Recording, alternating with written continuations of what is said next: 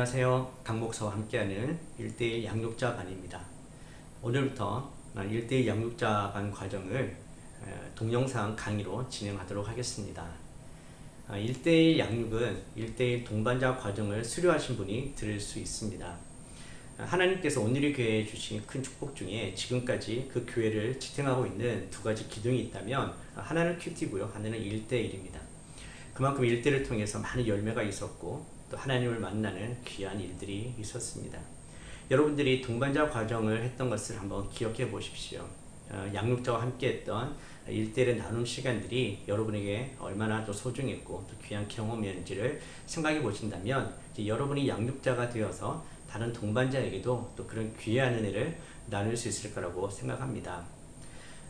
다양한 양육자의 스타일이 있습니다만 오늘은 또 저의 경험과 함께 또 기본적인 1대1에 대한 내용들을 좀 다루려고 합니다. 그래서 오늘 이 시간은 1대1의 어떤 10계명, 일반적 또 실제적인 지침, 그리고 또 교재를 어떻게 활용하면 좋을 것인가, 그리고 1대1의 기본이 되는 키, 그림에 대한 설명을 하는 시간을 갖도록 하겠습니다.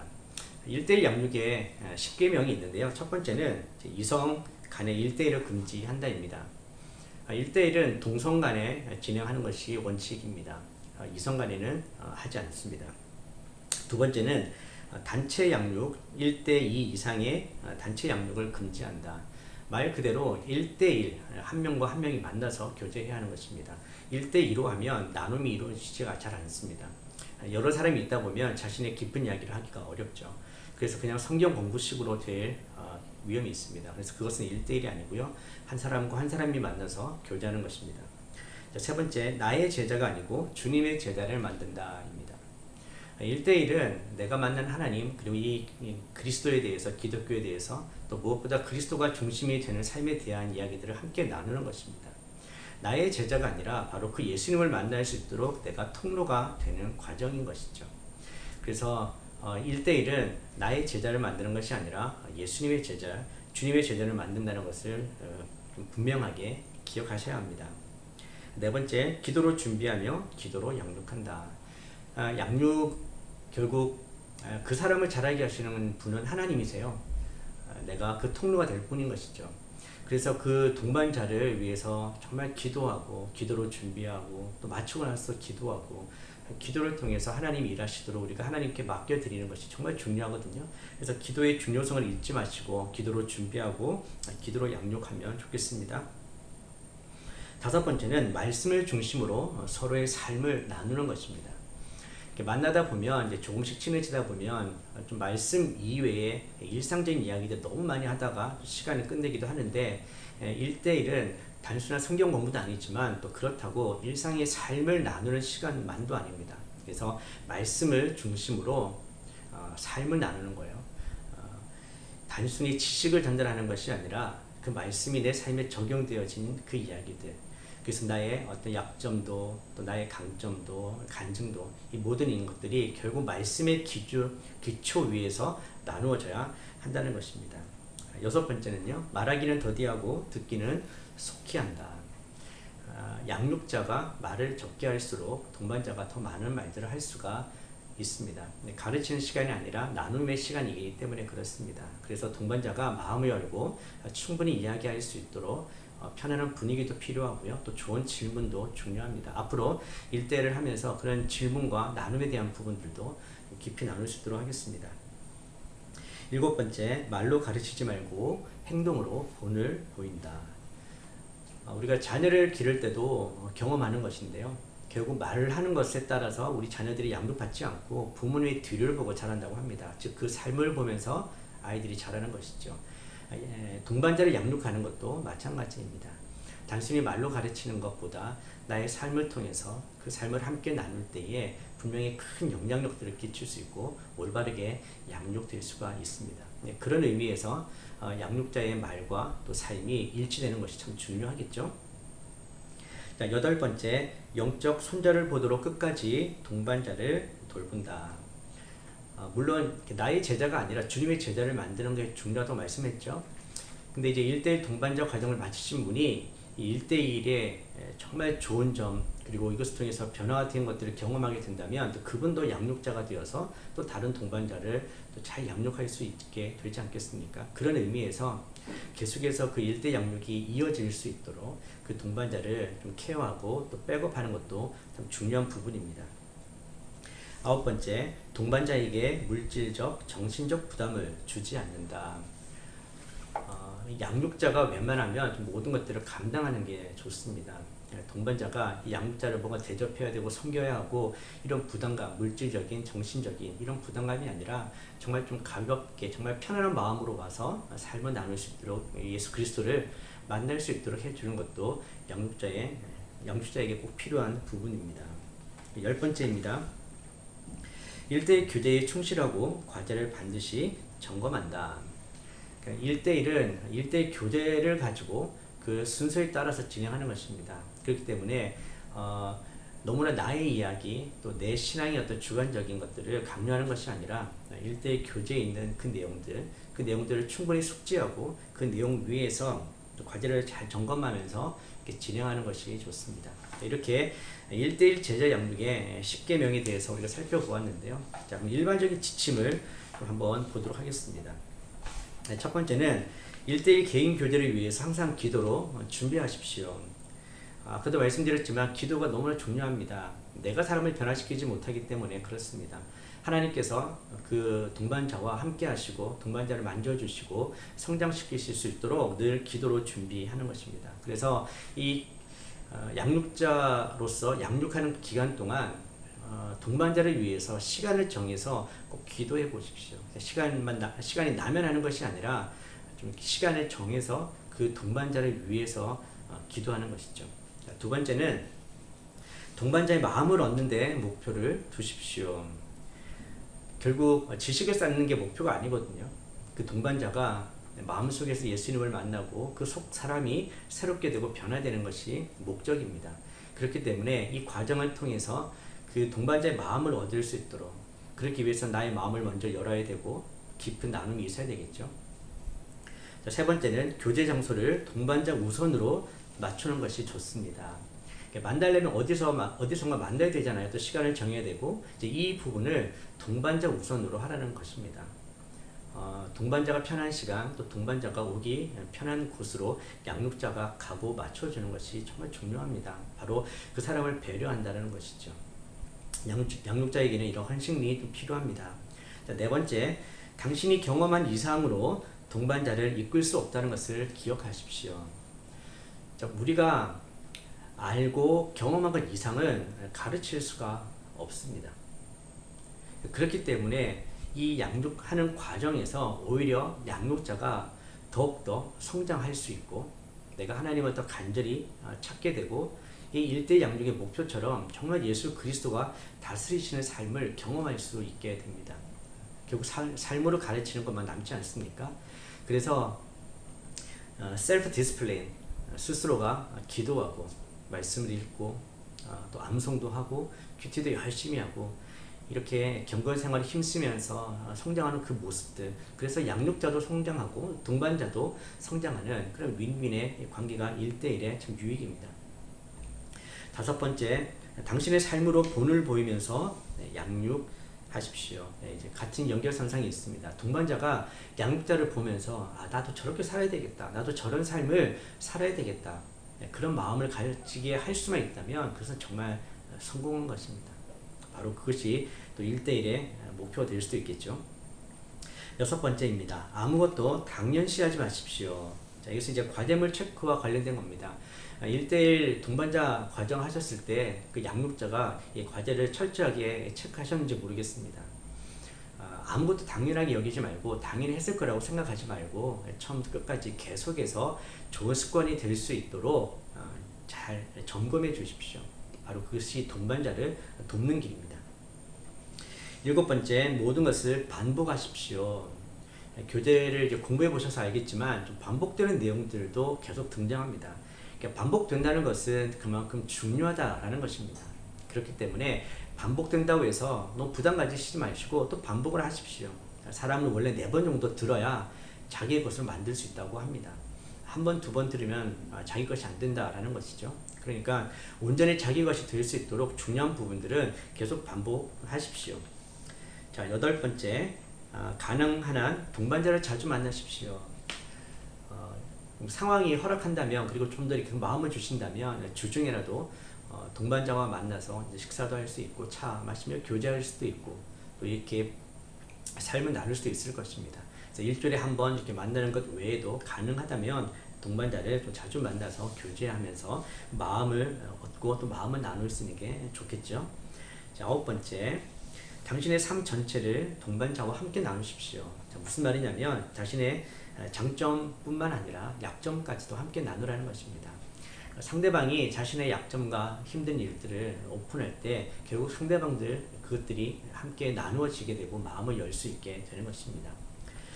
이렇게 일반적 지침을 좀 말씀드렸는데요. 실제적인 지침을 좀 보시면 첫 번째는 이렇게 브릿지라고 말할 수 있습니다. 무슨 의미냐면 양육자는 주님의 도구입니다. 내가 양육하는 것 같지만 계속 제가 이제 반복해서 말씀드리는데 주님께서 양육하시는 겁니다. 바로 그 일에 쓰임 받는 이 다리가 되어야 되는 것이죠. 그래서 동반자가 양육자에게 매이지 않고 주님 앞에 스스로 설 수 있도록 도와야 합니다. 양육하다 보면 동반자가 너무 양육자에게 의지할 수가 있습니다. 물론 부모의 마음으로 도와줄 수 있고 함께 할 수 있지만 결국은 스스로 주님 앞에 혼자 설 수 있도록 돕는 역할이라는 것, 이것을 기억하셔야 합니다. 자, 두 번째, do your best, 최선을 다하십시오. 부모가 자녀를 낳고 기를 때에는 정말 엄청난 집중력과 또 헌신이 필요합니다. 아기를 낳을 때는 해산의 수고를 마다하지 않습니다. 이런 것처럼 정말 이 동반자가 주님 안에서 한 생명으로 온전히 자라갈 수 있도록 우리가 그 부모의 마음을 가지고 최선을 다해서 섬기고 양육해야 합니다. 세 번째는 warm greeting입니다. 따뜻한 환영이죠. 세상을 살면서 누군가에게 정말 내가 따뜻하게 환영받고 있다, 받아들여진다라는 것을 경험하는 것은 너무나 중요합니다. 정말 그렇게 힘든 세상이기 때문에 그렇죠. 그래서 일대를 하면서 동반자가 양육자로부터 정말 충분하게 내가 억셉된다, 늘 따뜻함으로 이렇게 받아들여진다는 것을 경험할 수 있도록 해주시는 것이 너무 좋겠고요.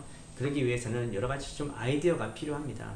그 동반자에게 좀 필요한 것들, 작은 것들을 좀 챙겨줄 수도 있고요. 그리고 경조사 이런 부분들도 챙겨주면서 마음을 얻고 또 환영해 주시면 정말 좋을 것 같습니다. 네 번째는요, be on time입니다. 시간과 관련해서인데요. 동반자가 도착하기 전에 양육자가 도착하는 게 더 좋고요. 그리고 정해진 시간에 시작해서 정해진 시간에 맞춰주는 것이 좋습니다. 바로 그런 것이 리더십의 또 중요한 부분이고요. 자, 다섯 번째입니다. 이렇게 포커스 온인데요. 이렇게 말씀 교제에 좀 집중할 수 있도록 주의하시라는 것입니다. 여성 같은 경우는 너무나 이제 좀 화려한 화장이나 뭐 장신구 이런 것들이 방해가 될 수가 있습니다. 옷차림이라든지 이런 것들에 대해서도 좀 내가 드러나지 않고 말씀에 집중할 수 있도록 준비하는 것도 좀 중요하고요. 또 장소를 정할 때도 정돈되고 안락한 장소, 정말 말씀을 잘 나눌 수 있는 그런 장소가 중요하겠죠. 너무 이렇게 시끄럽고 오픈되어진 공간에서는 말씀 나누기가 어렵습니다. 그리고 이제 말씀을 나눌 때는 옆에 앉혀서 이렇게 대화를 하시면 안 되고요. 서로 마주보고 대화하셔야 됩니다. 자, 여섯 번째는 listen up입니다. 경청하라는 것이죠. 아까 이제 양육자가 말을 좀 적게 하고 동반자가 많이 할 수 있도록 하라고 했는데, 그러기 위해서는 양육자가 이렇게 경청을 해야 합니다. 이런 경우가 있죠. 처음 이렇게 양육을 하시다 보면 이 내용들이 완전히 숙지가 잘 안 되면 질문을 하고 나서 그 동반자의 이야기를 잘 듣지 않고 다음 질문에 대한 것들을 준비하고 있는 그런 모습을 보일 수도 있다는 거죠. 이제 그러지 마시라는 겁니다. 이야기를 하고 질문을 던졌으면 충분히 그 동반자가 하는 이야기들을 잘 귀담아 듣고 경청하고 반응을 해주는 것이 중요합니다. 그래서 양육자는 정말 내 말을 잘 경청하고 잘 듣고 있구나라는 것들을 알 수 있게 해주시는 거죠. 자, 이런 부분들이 좀 실제적인 지침이라고 할 수 있겠습니다. 자, 1대1 교재 활용 방법입니다. 첫 번째는요, 한 번에 교재의 모든 내용들을 가르치지 마십시오. 물론 이제 저희가 정해진 시간 보통은 1시간 반 정도에서 2시간 정도 이렇게 한 과를 끝낼 수가 있습니다. 근데 이제 나눔을 하다 보면 한 번에 모든 걸 다 끝내지 못할 수도 있어요. 그래서 두 번째 보면 교재의 내용이나 진도에 너무 집착하지는 마십시오. 그날 하루에 끝낼 수도 있지만 또 그 나눔 가운데 하나님께서 감동하셔서 더 많은 이야기들을 나눌 수가 있거든요. 그러면 그 한 주에 한 과를 끝내지 못하더라도 너무 이 진도에 좀 집착하지 않으셔도 됩니다. 그래서 교재의 내용들이 너무 많으면 그 내용들을 다 다루지 않으셔도 되긴 해요. 물론 중요한 내용들은 다루셔야 됩니다. 그렇지만 그 교재의 내용들이 보십시오. 결국 말씀에서 답을 얻는 거잖아요. 그러니까 이 교재에 있는 내용들은 결국 말씀으로부터 왔기 때문에 좀 말씀에 집중하는 게 좀 더 좋습니다. 자, 세 번째는요. 인내심을 가지고 동반자의 영적인 요구와 문제에 귀를 기울이십시오. 영적으로 성장한다는 것, 사람을 키운다는 것은 하루아침에 또 단시간 안에 이루어지지 않습니다. 인내심이 필요하죠. 그분이 마음을 충분히 열 수 있도록, 충분히 잘 따라올 수 있도록 인내심을 가지고 그 요구를 잘 파악하시고 민감하게 또 분별하시고 귀를 기울여 주십시오. 바로 그런 것들이 이 1대1 교재에 있는 질문들 뿐만 아니라 그 나눔 질문들을 통해서 그런 요구들을 파악할 수가 있고 더 귀를 잘 기울여 주실 수가 있습니다. 그리고 네 번째는 동반자의 영적 상태에 따른 구체적인 접근이 필요합니다. 동반자를 함께 하시다 보면 동반자의 영적인 수준과 상태가 좀 많이 다릅니다. 어떤 분들은 정말 이렇게 초신자, 정말 이렇게 불신자와 같은 상태에 있는 분도 있고요. 어떤 분들은 또 굉장히 영적으로도 많이 알기도 하고 경험이 있는 분도 있기도 합니다. 그래서 그런 분들에 따라서 필요에 따라서 상황에 따라서 구체적인 접근들이 필요합니다. 그래서 기독교에 대해서 복음에 대해서 성경에 대해서 잘 모르는 분과 1대1을 하시게 되면 가장 기본적인 것부터 좀 차근차근 하나하나씩 이렇게 정돈하고 정리할 필요가 있습니다. 그러면서 삶에 대한 부분을 나누시면 좋겠죠. 또 반대로 지식도 좀 많고 여러 가지 경험들이 있다 보면 이제 그런 부분에 있어서는 삶에 대한 나눔들을 함께 더 좀 풍성하게 나누시고요. 그렇지만 모든 것을 다 안다라고 또 당연하게 여기지 마시고 가장 기본적인 베이직부터 하나하나 점검해 보시는 것도 또 중요합니다. 그래서 상황에 따라서 좀 구체적으로 그런 전략들이 필요하고 접근해 주시면 좋겠습니다. 다섯 번째, 교재의 내용을 예습하게 하되 정답을 요구하는 것이 아니라 말씀을 가지고 씨름을 할 수 있게 하십시오. 여러분이 이제 공부해 보셨는데 오른쪽 편에 말씀을 다 적지 않습니까? 그리고 그 말씀 속에서 그 질문에 대한 답을 찾습니다. 기계적으로 예습을 하다 보면 빨리빨리 답을 찾는데 그냥 시간을 흘려보낼 수 있는데 그러지 말고요. 물론 그것도 꼭 해야 되지만 더 필요한 것은 양육자도 마찬가지고 동반자도 마찬가지고 그 말씀에 집중해서 묵상을 해보는 것이 더 좋습니다. 그리고 더 유익합니다. 왜 이 말씀으로 이 본문 속에서 또 이 주제 속에서 이 내용들을 다루고 있는가? 과연 이 말씀은 어떤 의미가 있는가? 그 말씀에 좀 집중하고 묵상하면 더 풍성한 은혜를 누릴 수가 있습니다.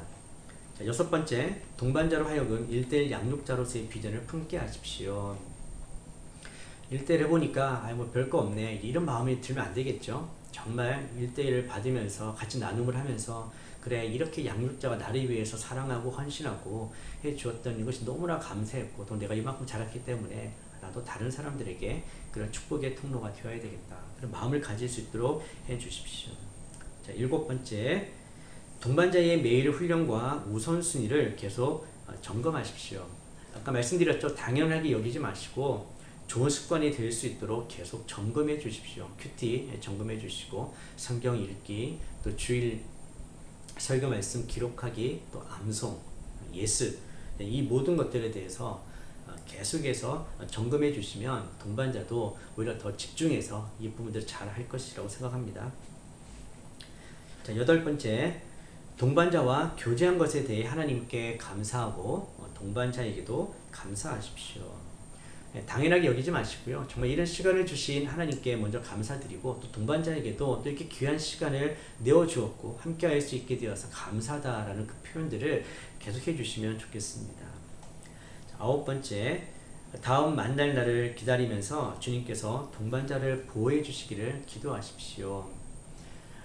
일주일에 한 번씩 이렇게 만나는 게 당연하지 않을 수도 있거든요. 저도 옛날에 동반자도 해봤고 또 양육할 때 보면 서로가 또 바쁘기도 하고 또 아프기도 하고 여러 상황들이 있기 때문에 또 자주 못 만날 때도 있었어요. 그래서 어떨 때는 양육 기간이 뭐 1년 이상 갈 때도 있었고요.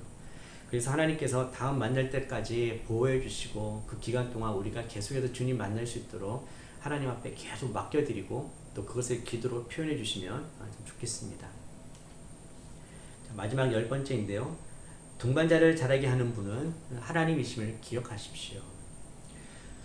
네, 이 1대1은 내가 그 사람을 막 변화시키고 뭐 할 수 있는 게 아닙니다. 물론 나를 통해서 하나님이 하시겠지만 궁극적으로는 하나님께서 양육하시고 하나님께서 변화시키십니다. 그래서 그것을 늘 기억하시고 하나님의 은혜를 구하고 하나님께 기도하면서 또 양육자는 내가 먼저 삶으로 모범을 보이고 최선을 다해서 양육에 임하셨으면 좋겠습니다. 지금 십계명과 여러 가지 지침들을 말씀드렸는데요. 이 부분은 이 동영상 끝 부분에 그림 파일로 좀 올려드리도록 하겠습니다. 자, 이제는 좀 키 그림에 대한 설명을 좀 간략하게 하도록 하겠습니다. 자, 이 키 그림이 계속해서 등장하는데 양육자가 이 키 그림을 좀 완벽하게 이해를 하고 있어야 합니다. 보지 않고도 그림을 그릴 수 있도록 가운데 예수 그리스도가 있고 중심에 그리스도 다스리시는 삶을 위해서 필요한 내용들이 있지 않습니까? 구원의 확신과 하나님의 속성, 이 그림들을 키 그림들을 양육자가 잘 그릴 수 있어야 되고 또 동반자도 그릴 수 있도록 그리고 이것이 무슨 의미인지를 잘 또 설명할 수 있어야 합니다. 자, 그런 의미에서 키 그림에 대한 설명을 좀 함께 보면요. 전체적인 기원이 이렇습니다. 승리하는 삶, 성령 충만한 삶을 사는 비결은 바로 그리스도 중심의 삶을 사는 것입니다. 그리스도가 당신을 지배한다는 것은 바로 그리스도께 순종하고 당신의 권리를 그분께 드리는 것입니다. 기억하십시오. 1대1의 목표는 그리스도가 다스리시는 삶을 사는 것입니다. 그분께서 나를 온전히 다스릴 수 있도록 나의 삶을 온전히 그분께 드리는 것이죠. 그리스도께서 친히 우리의 삶을 인도하실 때부터 우리의 삶에는 놀라운 변화가 일어나게 될 것입니다. 여러분은 이것을 먼저 경험하셨죠? 그리고 이것을 믿어야 합니다. 정말 그리스도가 다스리며 우리의 삶은 변한다. 예수 그리스도가 우리 인생의 주인이 되면 우리 삶에는 분명한 변화가 나타난다. 이것을 믿고 이 일대를 하셨으면 좋겠고요. 그리스도를 의지하고 신뢰하는 것이 모든 그리스도인의 참된 소망입니다. 예수님께서 바로 우리에게 찾아오셨고 우리를 다스리실 때 우리는 그리스도가 다스리시는 삶을 살면서 하나님이 원하시는 바로 승리하는 삶, 성령 충만한 삶, 열매 맺는 삶을 살아갈 수가 있습니다. 자, 키 그림의 가운데에 바로 예수 그리스도가 있죠. 예수 그리스도가 우리 삶의 중심이라는 것입니다. 자, 그리스도인이 되기 이전에 나는 어떤 사람입니까? 나의 자아가 충만한 사람입니다. 내가 내 인생의 주인이죠. 그래서 나의 의지, 나의 뜻대로 자기 중심적인 삶을 삽니다. 그렇지만 그렇게 살다 보면 어떤 한계를 느끼게 됩니다. 그리고 그 유한성을 느끼면서 절대적인 존재를 우리가 인정하고 찾게 되죠. 바로 그때 우리가 그리스도를 영접하게 되고 하나님의 자녀가 됩니다. 그리고 우리는 어떤 고백을 하냐면 이제 나는 죽고 내 안에 그리스도가 살아서 그리스도가 다스리시는 삶을 살게 된다는 것이죠. 그래서 우리가 예수 그리스도에 대해서 4번을 깊이 있게 다루게 되는 것입니다. 자, 구원의 확신입니다. 그리스도 중심에 살기 위해서는 내가 하나님의 자녀가 되었고 죄 사함을 받았고 영생을 누린다는 이 구원의 확신이 있어야 합니다. 그래서 구원의 확신에는 정말 여러분이 구원을 받았는지에 대한 중요한 질문들을 던지고 구원의 확신이 단순히 감정적인 어떤 경험이 아니라 하나님이 주신 말씀, 이 진리를 기초해서 우리가 그 확신을 가지고 살아야 된다는 것들을 우리가 알 수 있게 되겠죠. 자, 구원의 확신으로 우리가 능력을 가지게 되면 우리는 흔들리지 않는 믿음을 소유하게 됩니다. 나중에 이제 시험하는 생활에서도 좀 알게 되지만 결국 사탄이 이 믿음, 우리의 구원에 대해서 계속 유혹하고 흔들거든요. 그렇기 때문에 우리가 말씀의 기초에서 구원의 확신을 갖는 것이 얼마나 중요한지를 우리가 이 과를 통해서 배우게 됩니다. 그 다음 하나님의 속성입니다. 우리의 삶 속에 계시는 하나님을 알기 위해서는 하나님을 알아야 됩니다. 하나님의 속성을 알아야 합니다. 그래서 그 하나님을 알게 되면 우리의 구원이 흔들리지 않습니다. 아까 말씀드렸듯이 우리의 구원은 나의 기분이나 감정에 좌지우지되는 것이 아니라 바로 하나님의 말씀, 하나님의 성품에 근거하기 때문입니다. 하나님을 알고 그리스도 중심의 삶을 살기 위해서는 그 과정이 필요한데요. 이제 큐티부터 쭉 등장하게 됩니다. 첫 번째 이제 큐티인데요. 여러분 큐티 하시죠? 네, 큐티는 말씀의 의미를 깊이 생각하고 되새기는 바로 묵상이죠. 그 묵상을 통해서 내 삶에 적용하는 것이 큐티입니다. 그래서 정말 큐티를 하면 그 시간을 통해서 내가 정말 개인적으로 하나님을 만나면 우리 삶은 변화됩니다. 두 번째 성경입니다. 우리는 성경을 통해서 하나님을 알 수 있습니다. 하나님은 말씀을 통해서 우리에게 이야기하십니다. 그렇죠. 우리가 하나님을 알 수 있는 방법도 말씀을 통해서이고 하나님께서 우리에게 말씀하시는 것도 또 말씀을 통해서 이야기하십니다. 성경은 그리스도인의 생활을 위한 기본 지침서입니다. 성경을 듣고 읽고 암기하고 묵상하며 내 삶에 적용시켜야 합니다. 우리가 하나님 원하시는 삶, 하나님 나라의 백성으로 살기 위해서 그 삶의 지침이 성경에 다 나와 있습니다. 성경은 아주 오래된 이야기일 뿐만 아니라 바로 지금을 살아가는 우리에게도 반드시 필요한 영적 원리이고 삶의 지침서라는 것이죠. 자, 그리고 이제 기도입니다. 기도는 하나님과의 대화죠. 기도를 통해서 우리는 하나님을 만날 수 있습니다. 자, 하나님과의 교제에 있어서 성경을 통해 우리가 하나님 말씀을 듣고 또 기도로 하나님께 우리의 말씀을 올려드릴 수가 있습니다. 자, 기도는 하나님과 우리와의 수직적인 관계죠. 바로 이 시간들을 통해서 우리가 하나님을 알게 되고 특별히 또 하나님의 능력을 체험할 수도 있습니다. 그래서 말씀과 기도로 시작하는 우리 신앙생활이 중요합니다. 그리고 나서 이제 세 번째 교제입니다. 교제에서 중요한 것은 하나님과 올바른 수직 관계가 이루어져야 수평적인 관계도 올바로 세워진다라는 것이죠. 믿음과 말씀의 공동체 안에서 서로 돌아보고 서로 덕을 세워주는 그런 교제를 나누어야 한다. 신앙생활은 물론 하나님과 나와의 관계이지만 동시에 또 그런 믿음의 공동체 안에서의 교제이기도 합니다. 자, 그리고 전도입니다. 불신자들에게도 바로 이런 것을 경험할 수 있도록 그리스도를 전해야 하는 것이죠. 그것은 우리에게 주신 사명입니다. 하나님과 그들이 인격적인 교제를 맺을 수 있도록 우리는 다양한 방법으로 전도해야 합니다. 입으로 전도해야 되고 우리의 삶을 통해서도 전도하는 그런 그리스도의 증인이 되어야 되는 것이죠. 이제 성령 충만입니다. 이런 삶을 하기 위해서는 성령 충만을 받아야 합니다. 제 개인적인 생각으로는 주님이 다스리시는 그리스도가 다스리시는 삶을 살기 위해서 제일 중요한 부분이 이 성령 충만입니다. 그렇게 해야 모든 것이 가능해지기 때문이죠. 성령 충만하여 성령의 지배를 받고 그의 능력으로 채워지면 우리 삶의 변화가 일어납니다. 성령 충만하면 삶의 열매 변화가 있게 되고 또 그 다음 과인 시험에서도 이길 수가 있습니다. 자, 시험을 보시면 성령 충만한 삶을 살지라도 이 세상에 살 동안에 시험을 받지 않는 사람은 아무도 없고 끊임없이 시험을 당합니다. 사탄이 매 순간 우리를 유혹하죠.